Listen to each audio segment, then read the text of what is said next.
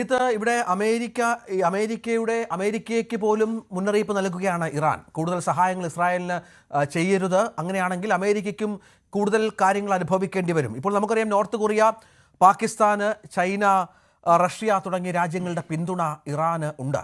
പക്ഷേ തരത്തിലുള്ള പ്രശ്നങ്ങളിലും പെട്ടുകിടക്കുന്ന പലതരത്തിലുള്ള സാമ്പത്തിക പ്രശ്നങ്ങളുള്ള ഒരു രാജ്യത്തിന് എത്രത്തോളം തിരിച്ചടി ഇപ്പോൾ കണ്ട കാഴ്ചകളൊക്കെ ഇസ്രായേൽ സംഭവിച്ചതൊക്കെ ടെലവീവിലൊക്കെ ഒരുപാട് സ്ഫോടനങ്ങൾ സംഭവിച്ചിട്ടുണ്ട്. പക്ഷേ കാഷ്വാലിറ്റീസൊക്കെ അതൊക്കെ സ്റ്റീഫൻ അവിടെ നേരിട്ട് നമ്മോടൊപ്പം ചേർന്നിട്ടുണ്ട്. പക്ഷേ അതിനപ്പുറത്തേക്കുള്ളൊരു തിരിച്ചടിക്ക് ഇറാന് ശേഷിയുണ്ടോ? ഈ യുദ്ധം അല്ലെങ്കിൽ യുദ്ധസമാനമായ സാഹചര്യം എത്രനാൾ നീണ്ടു നിൽക്കുമെന്നാണ് പ്രതീക്ഷിക്കേണ്ടത്? ശ്രീ രഞ്ജിത്ത്, ഇത് തിരിച്ചടിക്കാനുള്ള പൂർണ്ണമായ ശേഷി ഇറാനുണ്ടോ എന്ന് ചോദിച്ചാൽ ഇല്ല എന്ന് തന്നെയാണ് അതിൻ്റെ ഉത്തരം. കാരണം നമ്മൾ വെപ്പൺസിൻ്റെ മൈറ്റ് വെച്ച് നോക്കിക്കഴിഞ്ഞാൽ ഒരു പക്ഷേ നമ്പേഴ്സിൽ കൂടുതലായിട്ട് വരുന്നത് എക്സീഡ് ചെയ്യുന്നത് ഒക്കെ തന്നെ ഇറാനായിരിക്കാം. പക്ഷേ അതിൻ്റെ അഡ്വാൻസ്മെൻറ്റിൻ്റെ കാര്യത്തിലാണെങ്കിലും ടാക്ടിക്കലായിട്ടുള്ള കപ്പാസിറ്റിയുടെ ആ ഒരു എഡ്ജിൻ്റെ ഒക്കെ കാര്യത്തിൽ കൂടുതൽ മുന്നിൽ ഇസ്രായേലാണ് എന്നുള്ളത് നമുക്കറിയാവുന്ന കാര്യമാണ്. തന്നെയുമല്ല, ഇവിടെ ഇസ്രായേലിന് ഇറാനെ ആക്രമിക്കുന്നതിന് വളരെ കൃത്യമായിട്ടുള്ള ന്യായവും കാരണങ്ങളും ഉണ്ട്.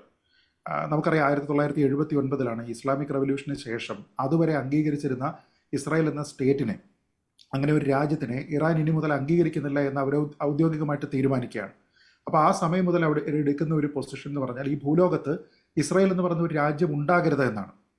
അതിനെ പൂർണ്ണമായും നശിപ്പിക്കുന്നതിന് വേണ്ടി നമ്മൾ പ്രവർത്തിക്കണം. ഇങ്ങനെ ഒരു രാജ്യത്തിന് ഒരു രാജ്യമായി നിലനിൽക്കാനുള്ള ഒരു അവകാശവും ഇല്ല എന്നുള്ള ഒരു സ്റ്റേറ്റഡ് പോളിസി ഉള്ള ഒരു രാജ്യമാണ് ഇറാൻ. അപ്പോൾ അത്രത്തോളം ഹോസ്റ്റിലിറ്റി അവർക്ക് ഇസ്രായേലുമായിട്ടുണ്ട് എന്നുള്ളത് ഒന്നാമത്തെ കാര്യം.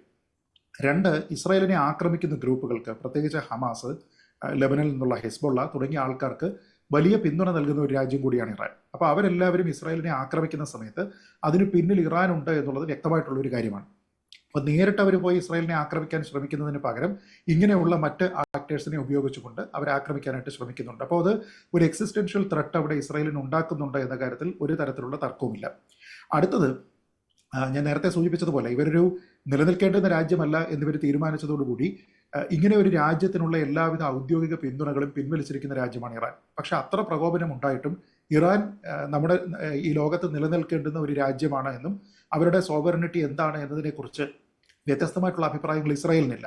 അപ്പോൾ ഇവിടെ ഇറാൻ ഒരു ഭാഗത്ത് നിന്ന് ഏകപക്ഷീയമായിട്ട് ഇസ്രായേലിനെ അംഗീകരിക്കാതിരിക്കുമ്പോൾ ഇസ്രായേൽ തിരികെ ഇറാനോട് അതല്ല ചെയ്യുന്നത്, മറിച്ച് റെസ്പോൺസിബിൾ ആയിട്ടുള്ള ഒരു രാജ്യം എന്ന നിലയ്ക്ക്, അതേപോലെയുള്ള സോവറിനിറ്റി ഉള്ള ഒരു രാജ്യം എന്ന നിലയ്ക്ക് ഇറാൻ്റെ എക്സിസ്റ്റൻസിനെ അവർ അംഗീകരിക്കുന്നുണ്ട്. അപ്പോൾ ഇങ്ങനെയുള്ള ഒരു അടിസ്ഥാനപരമായിട്ടുള്ള ഒരു ഡിഫറൻസ് ഈ രണ്ട് രാജ്യങ്ങൾ തമ്മിലുണ്ട് എന്നുള്ളത് പ്രധാനമാണ്. രണ്ട്, ഈ ഇറാൻ നമ്മളുടെ ഇന്റർനാഷണൽ ആറ്റമിക് എനർജി ഏജൻസിയുടെ NPT കണ്ടീഷൻസ് ഉണ്ട്, ഈ നോൺ പ്രൊളിഫറേഷൻ ട്രീറ്റിയാണ്.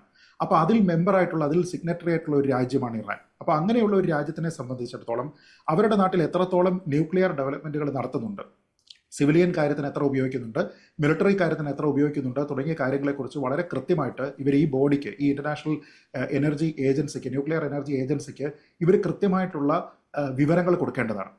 അവരുടെ വളരെ പീരിയോഡിക് ആയിട്ടുള്ള ഇൻസ്പെക്ഷനും മറ്റു കാര്യങ്ങൾക്ക് വേണ്ടിയിട്ട് ഇവരുടെ ഫെസിലിറ്റി അവൈലബിൾ ആക്കേണ്ടതാണ്. അങ്ങനെയുള്ള ന്യൂക്ലിയർ ഒബ്ലിഗേഷൻസ് ഒന്നും തന്നെ കഴിഞ്ഞ ഏതാനും വർഷങ്ങളായിട്ട് തുടർച്ചയായിട്ട് ഈ ഇറാൻ പാലിക്കുന്നില്ല എന്നുള്ളത് ഏറ്റവും പ്രധാനമാണ്. ഇപ്പോൾ നമ്മൾ ഈ ജൂൺ 13 ഒരു ആക്രമണം എന്ന് പറയുമ്പോൾ അതിന് വളരെ സിഗ്നിഫിക്കൻ്റ് ആയിട്ടുള്ള ഒരു കാരണമുണ്ട്. കാരണം ഈ ഇന്റർനാഷണൽ ആറ്റമിക് എനർജി ഏജൻസിയുടെ ഗവർണേഴ്സിന്റെ ബോർഡിന്റെ ഒരു മീറ്റിംഗ് ജൂൺ 12 നടന്നു.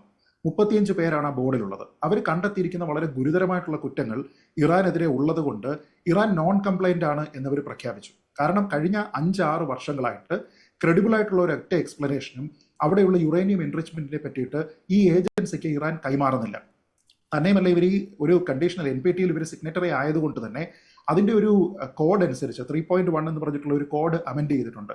അതനുസരിച്ച് ഏതെങ്കിലും പുതിയ ന്യൂക്ലിയർ ഫെസിലിറ്റി ആ രാജ്യത്ത് തുറക്കുന്നുണ്ടെങ്കിൽ അത് മിലിറ്ററി ആവശ്യത്തിനാണെങ്കിലും സിവിലിയൻ ആവശ്യത്തിനാണെങ്കിലും ഇവരുടെ ഇൻസ്പെക്ഷന് വേണ്ടിയിട്ട് അവർ വിധേയമാക്കണം.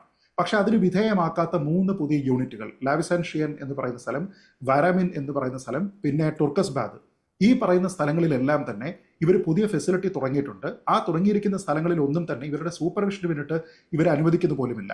തന്നെയുമല്ല, ഈ ബോഡിക്ക് ലഭിച്ചിരിക്കുന്ന ഇൻഫർമേഷൻ അനുസരിച്ച് യുറേനിയം എൻറിച്ച്മെന്റ് എന്ന് പറയുന്നത് 60% പ്യൂരിറ്റിയിലേക്ക് ഇറാൻ എത്തിച്ചിട്ടുണ്ട്.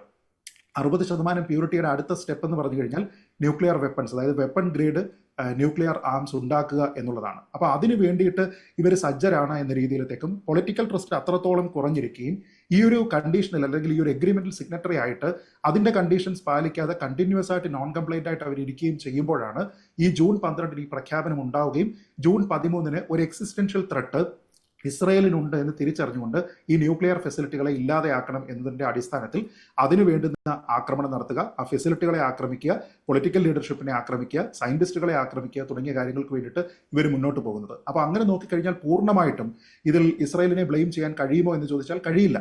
കാരണം ഒരു എക്സിസ്റ്റൻഷ്യൽ ത്രെട്ട് ഉണ്ട്. ഈ രാജ്യം ഇവിടെ നിലനിൽക്കാൻ പാടില്ല എന്ന് പറയുന്നവരാണ്, ഇവരെ അംഗീകരിക്കുന്നവരല്ല, ഇവരെ ഭൂമുഖത്ത് നിന്ന് തുടച്ചു മാറ്റണമെന്ന് പറയുന്നവരാണ്, അതിനുവേണ്ടി പ്രവർത്തിക്കുന്ന ഹമാസിനും ഹിസ്ബുള്ളയ്ക്കും പിന്തുണ കൊടുക്കുന്നവരാണ്. തന്നെയുമല്ല റെസ്പോൺസിബിൾ ആയിട്ടുള്ള ഒരു ന്യൂക്ലിയർ ഡെവലപ്മെന്റ് പ്ലാൻ പോലും അവർക്കില്ല. അപ്പൊ അങ്ങനെയുള്ള മിലിറ്ററി ന്യൂക്ലിയർ ഫെസിലിറ്റി, ഇപ്പൊ നമ്മൾ ഇന്ത്യ അതിൽ സിഗ്നറ്ററി ആണെന്ന് ചോദിച്ചാൽ ഇന്ത്യ അതിൽ പൂർണ്ണമായിട്ട് സിഗ്നറ്ററി അല്ല. പക്ഷെ നമ്മളെ സംബന്ധിച്ചിടത്തോളം നമ്മൾ വളരെ ലോ ത്രെട്ടാണ് എന്ന രീതിയിലേക്ക് ഈ ബോഡി തന്നെ റെക്കഗ്നൈസ് ചെയ്തിരിക്കുന്ന ഒരു രാജ്യമാണ്. വളരെ റെസ്പോൺസിബിൾ ആയിട്ട് മാത്രം നമ്മുടെ കാര്യങ്ങൾ ചെയ്യുന്നതാണ്.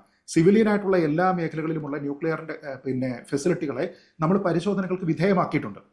നമ്മുടെ ആംസ് ഡെവലപ്മെന്റിന് വേണ്ടിയിട്ട് മാത്രം നമ്മൾ NPT സൈൻ ചെയ്യില്ല എന്നാണ് പറയുന്നത്. പക്ഷേ നമ്മൾ ആർക്കും ത്രെട്ട് ഉണ്ടാക്കുന്നില്ല, രഹസ്യമായിട്ട് നമ്മളിവിടെ ന്യൂക്ലിയർ വാർഹെഡ്സ് ഉണ്ടാക്കുന്നില്ല. പക്ഷേ മനസ്സിലാക്കുന്ന ശ്രീത്ത്, ഈ ചില സമാധാന ചർച്ചകൾ ഇപ്പോൾ ഒമാന്റെയൊക്കെ മധ്യസ്ഥതയിൽ സമാധാന ചർച്ചകൾ ഇറാനുമായി ബന്ധപ്പെട്ട് നടക്കുന്നുണ്ടായിരുന്നു. ഈ അടുത്ത സമയത്തും ഇതുമായി ബന്ധപ്പെട്ട കാര്യങ്ങൾ മുന്നോട്ട് പോകുന്നുണ്ടായിരുന്നു. പക്ഷേ ഇപ്പോൾ എന്ത് തീരുമാനവും എടുക്കാം, അതായത് ഇനി മുന്നും പിന്നും നോക്കേണ്ട അവസ്ഥയില്ല ഇറാൻ എന്ന തലത്തിലേക്ക് കൂടി കാര്യങ്ങൾ മാറുന്നില്ലേ? കാരണം ആക്രമണം നടന്നു കഴിഞ്ഞു, ഇനിയും ആണവായുധ നിർമ്മാണത്തിലേക്ക് അടക്കം പോകാം, തങ്ങൾക്ക് എന്തും എന്തിനും ഏത് തരത്തിലും തങ്ങൾക്ക് മുന്നോട്ട് പോകാൻ തരത്തിലേക്ക് കൂടി ഇറാൻ മാറുന്ന ഒരു ഭയാനകമായ സാഹചര്യം കൂടി ഈ ആക്രമണം ബോധ്യപ്പെടുത്തുന്നില്ലേ?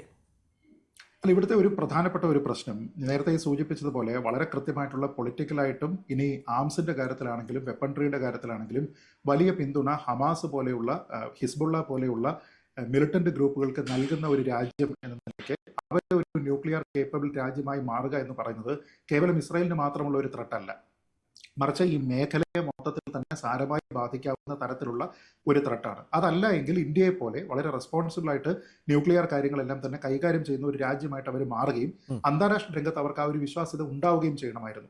പക്ഷെ ഇത് നോക്കൂ, ഇവരൊരു സെക്രട്ടറി ആയിരിക്കുന്ന ഒരു ഏജൻസിക്ക് പോലും ഇവരെ വിശ്വാസമില്ല എന്ന് വന്നാൽ അവരുടെ ആ പ്രോഗ്രാം എന്ന് പറയുന്നത് അങ്ങേയറ്റം വിനാശകരമായ രീതിയിലേക്ക് പ്രോഗ്രസ് ചെയ്യുന്നുവെന്നാണ്. അപ്പൊ അങ്ങനെയുള്ള ഒരു രാജ്യം അവര് ഈ ന്യൂക്ലിയർ വെപ്പൺസ് അവർ ഡെവലപ്പ് ചെയ്യാതിരിക്കുക എന്ന് പറയുന്നത് ഇസ്രായേലിന്റെ എക്സിസ്റ്റൻഷ്യൽ കൺസേൺ മാത്രമല്ല, ഞാൻ പറഞ്ഞത് നെയ്ബറിംഗ് ആയിട്ടുള്ള മറ്റ് രാജ്യങ്ങളുടെ ഉൾപ്പെടെ ഈ ഒരു ഏരിയയിൽ, ഈ ലോകത്ത് ഈ ഒരു പറയുന്ന ജിയോ പൊളിറ്റിക്കൽ റീജിയന്റെ തന്നെ നിലനിൽപ്പിന് ഏറ്റവും കൂടുതൽ പ്രധാനപ്പെട്ട ഒരു കാര്യം എന്ന് പറയുന്നത് ഇവർ കംപ്ലൈ ചെയ്യുക എന്നുള്ളതാണ്. അപ്പോൾ ഒന്നുകിൽ അവർ ചെയ്യേണ്ടത് അവർ ഇതിനുവേണ്ടി പൂർണ്ണമായി സഹകരിക്കാമെന്ന് പറയുകയും അവരുടെ ഈ പുതിയ ഫെസിലിറ്റികൾ ഉൾപ്പെടെയുള്ള എല്ലാ കാര്യങ്ങളെയും അവർ ഡിക്ലെയർ ചെയ്യുകയും അവരുടെ യുറേനിയം എൻറിച്ച്മെന്റ് ഏത് പ്യൂരിറ്റി ലെവലിലേക്ക് എത്തിയിട്ടുണ്ട്, അത് വെപ്പൺ ഉണ്ടാക്കുന്ന രീതിയിലേക്ക് മാറിയിട്ടുണ്ടോ, ഉണ്ടെങ്കിൽ എന്താണ് അവരുടെ കപ്പാസിറ്റി, അവരുടെ ഉദ്ദേശം എന്താണ്, എവിടെ അവർ സ്റ്റോർ ചെയ്യും തുടങ്ങിയ കാര്യങ്ങളെപ്പറ്റി വളരെ കൃത്യമായിട്ടുള്ള പരിശോധനകൾക്ക് അവർ വിധേയമാകണം. അതല്ല ഒന്നുമല്ല എങ്കിൽ ഇവർ ഈ പറയുന്ന എഗ്രിമെന്റിൽ നിന്ന് പിന്മാറുകയെങ്കിലും വേണം. ശരി, തീർച്ചയായും